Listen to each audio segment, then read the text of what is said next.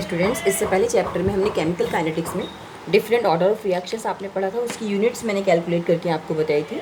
आज के इस वीडियो में हम ये पढ़ेंगे जीरो ऑर्डर रिएक्शंस क्या होते हैं, और ये काफ़ी इंपॉर्टेंट टॉपिक है जीरो ऑर्डर रिएक्शंस में, क्योंकि जीरो ऑर्डर रिएक्शंस में ये भी पूछ लेते हैं कि what is zero order reaction और साथ में why it is called zero order reactions. तो इसके लिए जीरो ऑर्डर रिएक्शंस क्या होती हैं? ऐसी रिएक्शंस होती हैं, सच reactions whose rates does not depends on changing the concentration of reactant। मतलब ये जो हमारी जीरो ऑर्डर की जो रिएक्शंस होती हैं, इन रिएक्शंस का जो रेट होता है, इन रिएक्शंस की जो स्पीड होती है, वो रिएक्टेंट की कॉन्सेंट्रेशन के ऊपर डिपेंड नहीं करती। यदि हम मान लीजिए रिएक्टेंट का कॉन्सेंट्रेशन चेंज भी करते हैं, तब भी रेट ऑफ रिएक्शन इंडिपेंडेंट रहती है। ऐसी रिएक्शंस जिनकी रेट कॉन्सेंट्रेशन ऑफ रिएक्टेंट के ऊपर जो डिपेंड नहीं करेगी, that is called zero order reactions. तो ऐसी कौन सी, ये बहुत अनकॉमन रिएक्शंस है, बहुत ज़्यादा रिएक्शंस नहीं है कि जो आपकी जीरो ऑर्डर रिएक्शंस होती है, बहुत अनकॉमन रिएक्शंस होती हैं। जैसे वो रिएक्शंस जो कैटलाइज होती हैं इन द प्रेजेंस ऑफ एंजाइम, जैसे बहुत सारी रिएक्शंस जो एंजाइम कैटलिस्ट की प्रेजेंस में होती हैं, they are zero order reactions. या कुछ ऐसी रिएक्शंस होती हैं जो मेटल सरफेस पे होती हैं, वो भी आपकी जीरो ऑर्डर रिएक्शंस होती हैं। फॉर एग्जांपल, इसका मैंने एग्जांपल आपको दिया है डीकम्पोजिशन ऑफ अमोनिया। जो यहाँ पे डीकम्पोजिशन ऑफ अमोनिया है, it will takes place in the presence of platinum catalyst. Platinum catalyst की प्रेजेंस में होता है, साथ में हाई प्रेशर होता है। तो how can you say that, आप कैसे कह सकते हो कि आपका जीरो ऑर्डर रिएक्शन है? इसको समझाने के लिए हमने क्या किया, इसमें क्या कैसे पता लगेगा कि जीरो ऑर्डर काइनेटिक्स है, जीरो ऑर्डर रिएक्शन है? तो इसमें जब हम ये रिएक्शन हमेशा हाई प्रेशर पे होती है, तो हाई प्रेशर पे सबसे पहले क्या होगा कि हाई प्रेशर पे जो हमारा अमोनिया है, ये जो हाई प्रेशर पे जो प्लेटिनम, ये मान लीजिए प्लेटिनम की सरफेस है, it is the surface of platinum. High pressure पे पूरी की पूरी जो आपकी प्लेटिनम की सरफेस है, इट इज़ ऑक्यूपाइड बाय ये आपका रिएक्टेंट, यानी कि पूरी की पूरी सरफेस जो है सैचुरेट हो जाएगी at the high pressure. High pressure जब आप अप्लाई करोगे तो पूरी की पूरी जो सरफेस है किसकी, प्लेटिनम की, it is saturated by the reactant concentration, reactant amount. अब उसके बाद फर्दर जब पूरी की पूरी जो सरफेस है वो सैचुरेट हो गई, इस पर पूरी सरफेस पर रिएक्टेंट मॉलिक्यूल्स आ गए, उसके बाद इस सेम प्रेशर पे आप और ज़्यादा अमाउंट इसके अंदर एब्जॉर्ब करना चाहोगे सरफेस पर, तो नहीं आएगा। तो it means that at a particular pressure और high pressure the platinum surface जो है completely saturated with the reactant molecule.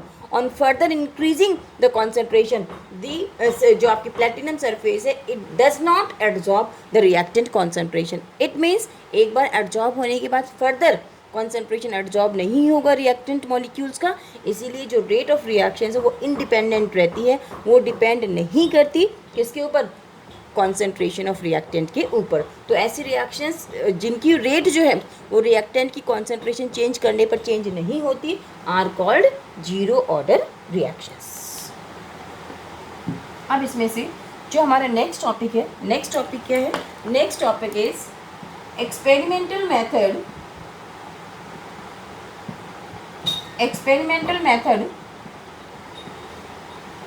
to calculate the rate of reactions.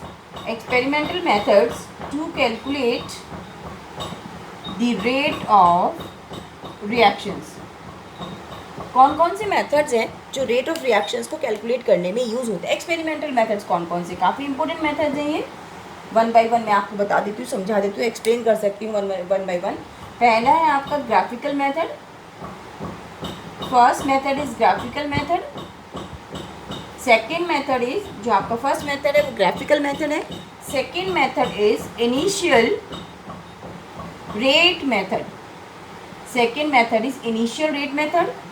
Third is integrated rate method. Integrated rate method. Fourth one is half life method.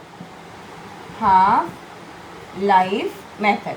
तो ये हमारे पास चार methods हैं जिसकी help से हम एक्सपेरिमेंटली रेट कैलकुलेट कर सकते हैं। तो इसके लिए सबसे पहला मेथड हमने ले लिया ग्राफिकल मेथड। तो ग्राफिकल मेथड के अंदर हम क्या करते हैं, ग्राफिकल मेथड कोई खास वैसे इंपॉर्टेंट नहीं है, लेकिन फिर भी कभी कभी आपको ग्राफ देते हैं और ग्राफ की हेल्प से ये पूछा जाता है कि आप रेट को आइडेंटिफाई कीजिए, कौन सी जीरो, उसका ऑर्डर आइडेंटिफाई कीजिए, जीरो ऑर्डर है या फर्स्ट ऑर्डर है या सेकेंड ऑर्डर है। तो सबसे पहले जो इसकी ग्राफिकल मेथड है, ग्राफिकल मेथड में graph is plotted. A graph is plotted in between, एक ग्राफ प्लॉट करते हैं in between rate and concentration, एक ग्राफ प्लॉट करेंगे रेट एंड कॉन्सेंट्रेशन के बीच में। ग्राफिकल मेथड से रेट को एक्सप्लेन करने के लिए ग्राफ प्लॉट किया जाता है between rate and concentration, right. जैसे मान लीजिए इसमें कंडीशन है, लेकिन इस मेथड का यूज़ हम केवल कब कर सकते हैं? This method is use only when, this method is use when there is one reactant. इस मेथड का यूज़ हम तभी कर सकते हैं जब आपके पास एक ही रिएक्टेंट हो। एक से ज़्यादा रिएक्टेंट हो तो हम इसका यूज़ नहीं कर सकते। केवल इसका यूज़ तब हम कर सकते हैं जब आपके पास एक ही रिएक्टेंट हो, एक से ज़्यादा रिएक्टेंट नहीं हो, तब हम इस मेथड का यूज़ नहीं कर सकते। तो इस मेथड को करने के लिए हम क्या करते हैं, हम ग्राफ प्लॉट करते हैं। मान लीजिए आपका फर्स्ट ऑर्डर रिएक्शन है, फर्स्ट ऑर्डर है, तो फर्स्ट ऑर्डर में हम ग्राफ प्लॉट करेंगे रेट और मोलर कॉन्सेंट्रेशन ऑफ ए।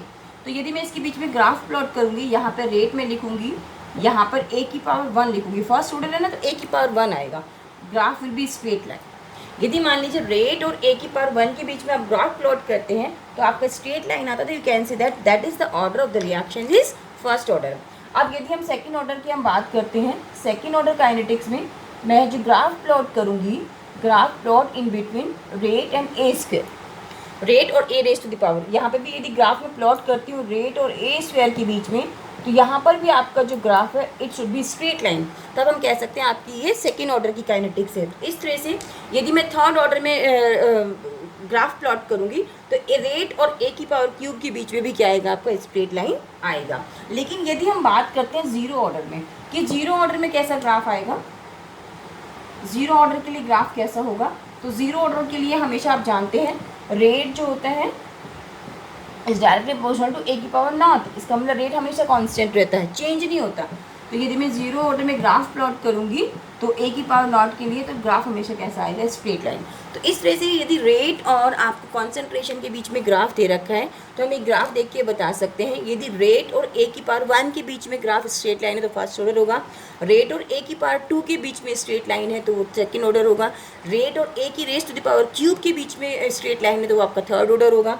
यदि रेट और ए की पावर नॉट यानी कि ए की पावर 0 के बीच में जो ग्राफ वो हॉरिजॉन्टल लाइन आएगा, तो it means rate does not depends on to the concentration.